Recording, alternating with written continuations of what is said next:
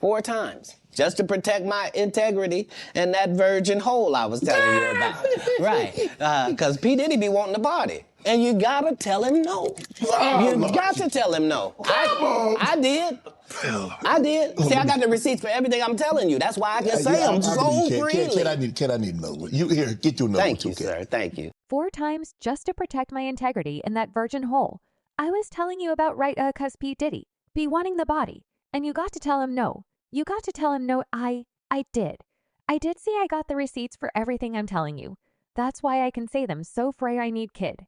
I need another one. You hear, get you another. You, sir, thank you. It has only been a little over 24 hours since Katt Williams' explosive interview on Shannon Sharpe's Club, Shay, a podcast this set sent all social media streets on fire on Wednesday, as reactions have been pouring in at monumental levels from all over. Katt Williams has been known for not being one who is afraid to speak his mind or to tell the truth, and it showed when he spilled all the tea to Shannon Sharpe. Some are saying that Katt Williams chose violence, no, not physical violence, of course, but verbal violence in the form of setting the record straight and throwing truth bombs around about a ton of different celebrities from Kevin Hart to Steph V. Harvey to Diddy. There is a lot to unpack here, so let's get into it. The comedy legend's almost 3-hour-long chat with Sharpe sees him take aim at countless people across both Hollywood and the music industry, whether it's his distrust of Diddy's party invitations or Cedric the Entertainer allegedly stealing his stand-up material. Williams had plenty to say about those he doesn't like and those who wronged him in the past, and Katt Williams did not hold back when it came to exposing them all. One of the big names that was called out on the interview was Diddy. At one point, the comedian said he walked away from $50 million offers 4 times throughout his career in order to protect his integrity, which then shifted to him criticizing Diddy, who has been sued by 4 women over allegations of SA, including by his ex-girlfriend Cassie, just to protect my integrity in that virgin hole I was telling you about, right? Because P. Diddy be wanting to party, and you have got to tell him no. He said you got to tell him no. I did see I got the receipts for everything I'm telling you. That's why I can say them so freely. Williams continued earlier in the interview. He prided himself on getting this far in Hollywood and still having a virgin a hole and never sucking a penis. The statement immediately generated interest and speculation among fans and followers. The use of the term got the receipts adds a layer of authenticity to Katt Williams' assertion, suggesting that there is tangible evidence or a history to support his claim. Moreover, his statements caused further speculation since Diddy's recent allegations of say Cassie has also made headlines in recent months. As you can probably recall, Diddy was hit with a bombshell $30 million lawsuit a couple months ago that accused him of various terrible acts. Cassie, who filed the lawsuit, claimed that he exerted control over her life, including threatening to hold back her career allegedly. This led to a frightening type of relationship that was marked by ab. And that was not all. Later in the sit-down interview with Sharpe, he made another diss directed at Diddy. When I see people's wives and stuff, I don't even look at them. I don't want to look at nothing I don't want to have, because I know how blessed I am, he said. If I look at it, I got it, that's how. Diddy is feeling. His comments were met with a laugh from Sharpe, however. By Williams addressing Diddy's partying tendencies, the comedian pretty much verifies his own experience with the music mogul and having to tell him no on certain occasions, as the quote circulated on social media and various platforms. Fans engaged in discussions sharing their interpretations and reactions. Katt Williams' candidness not only adds an intriguing angle to the ongoing narrative, but also showcases the unfiltered nature of his commentary. Now it is not a secret that Diddy has been accused of say by at least 4 women, including someone who was just 17 at the time of the alleged essay. The Bad Boy Records co-founders has denied the allegations against him.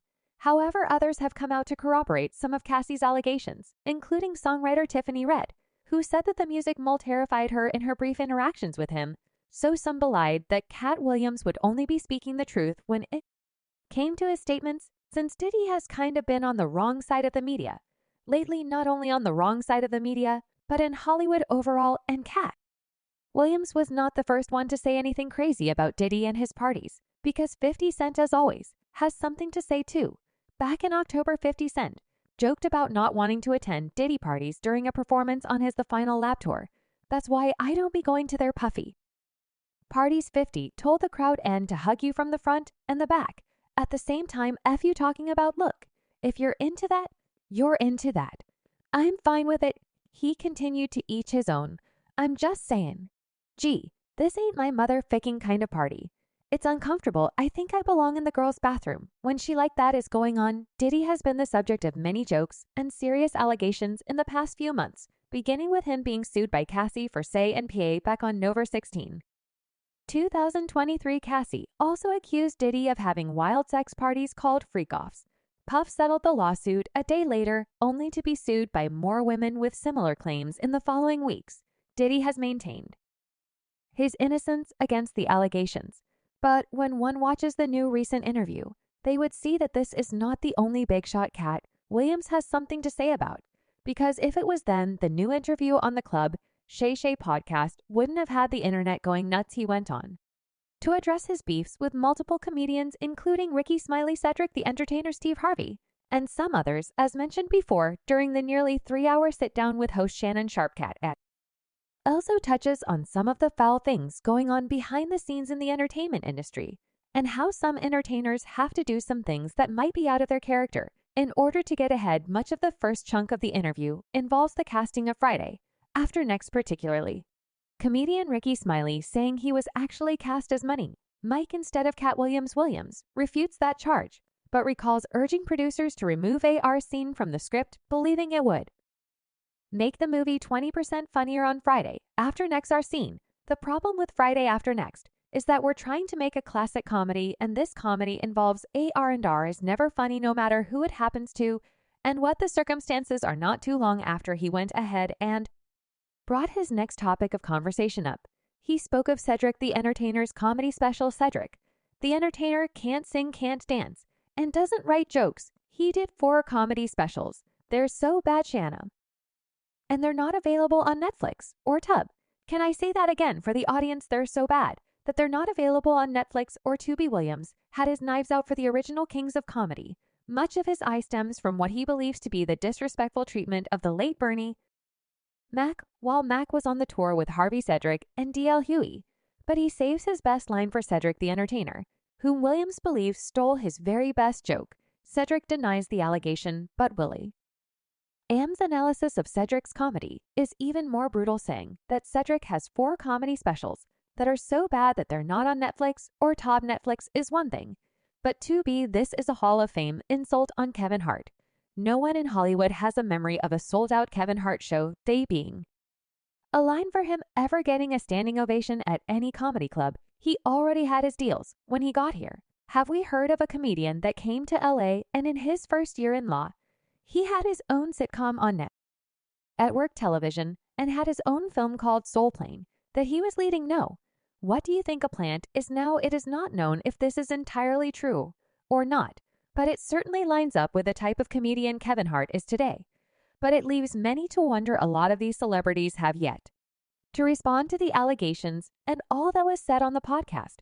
But it is clear that Katt Williams did something with all that information, and it stirred up the internet because people don't even know what to believe right now. Do you think that what Katt Williams has shared is true? Why would he make these allegations up? If not, do you think that the celebrities who are called out will all slowly take a turn and respond to the allegations? Let us know what you think in the comments below.